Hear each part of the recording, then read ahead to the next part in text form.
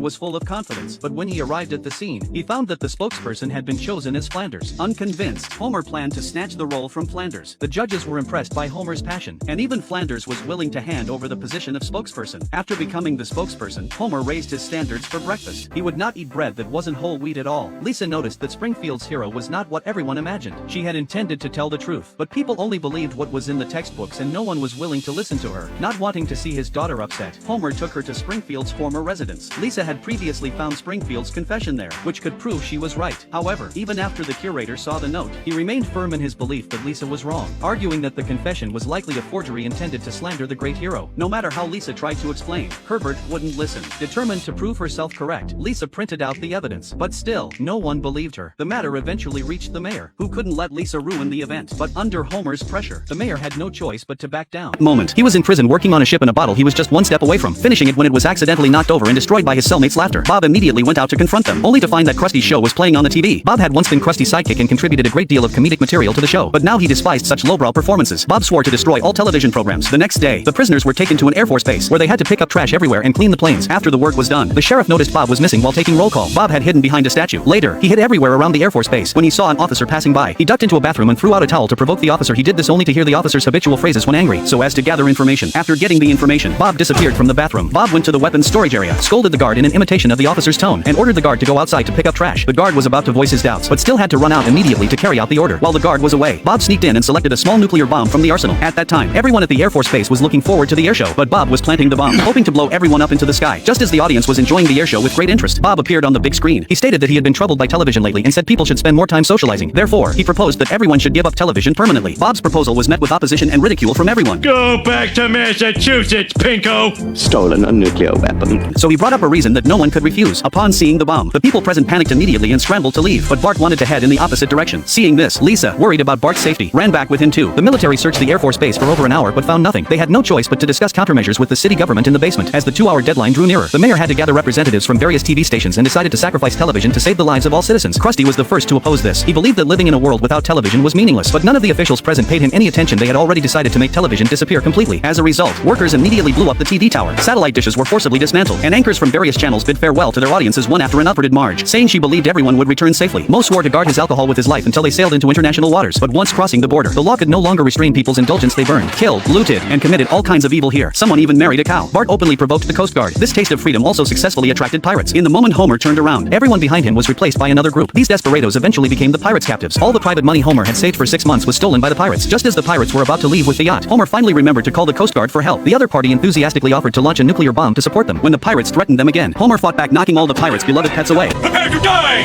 You do!